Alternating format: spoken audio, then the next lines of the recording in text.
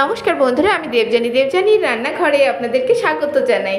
আজকে আমি আরও একটি চমৎকার রেসিপি নিয়ে আপনাদের সঙ্গে শেয়ার করব বলে চলে এসেছি।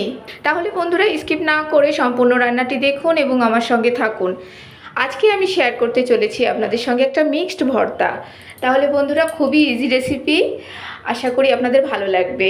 তো আমি এই মিক্সড ভর্তা বানানোর জন্য এখানে আমি রসুন নিয়ে নিয়েছি 20-22টা, সঙ্গে 2টো কাঁচা লঙ্কা, হাফ টমেটো কুচি, সঙ্গে 3টে পটল নিয়েছি যার ভেতরে শিটগুলোকে সুন্দরভাবে পরিষ্কার করে নিয়েছি, সঙ্গে একটি ঝিঙেও আমি নিয়েছি।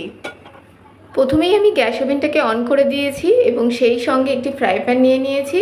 ফ্রাই প্যানটি গরম হলে আমি সর্ষের তেল দিয়ে নিয়েছি, কারণ ভর্তা রেসিপি না, সর্ষের তেলই সব থেকে সুন্দর লাগে। সঙ্গে সঙ্গে 1 চামচ পরিমাণ কালো জিরে নিয়েছি।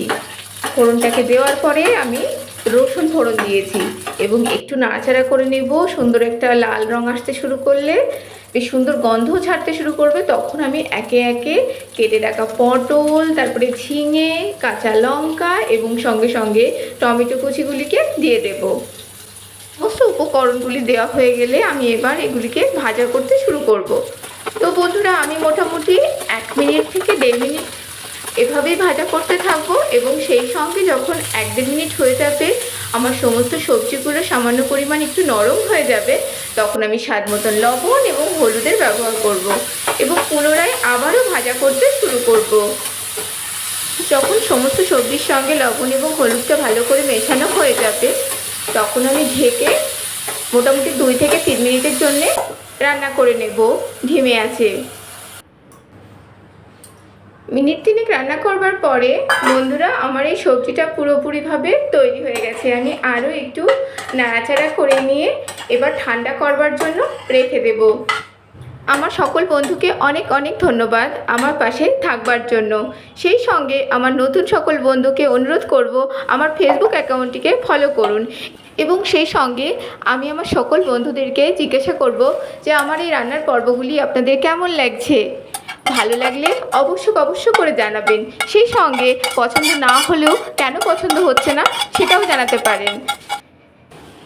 এদিকে সমস্ত উপকরণগুলিকে আমার মিক্সির বাটিতে নেওয়া হয়ে গেছে। এবার আমি একটি ফাইন পেস্ট বানিয়ে নেব বন্ধুরা। আপনারা চাইলে এই পর্যায়ে বাটিতে নেওয়ার পর কিছুটা সরষের তেল এরপরে অ্যাড করতে পারেন, সেটা আপনাদের ইচ্ছা খুশি। তাহলে বন্ধুরা এটা একটি মিক্সড ভর্তা আর ভীষণ সহজেই তৈরি হয়ে যায়। আশা করি আপনাদের দেখে ভালো লেগেছে। ভালো লেগে থাকলে লাইক, কমেন্ট এবং শেয়ার করবেন। আমার সকল বন্ধুদেরকে অনেক অনেক অনেক ধন্যবাদ।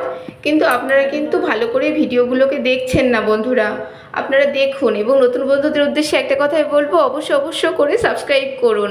টাটা বন্ধুরা।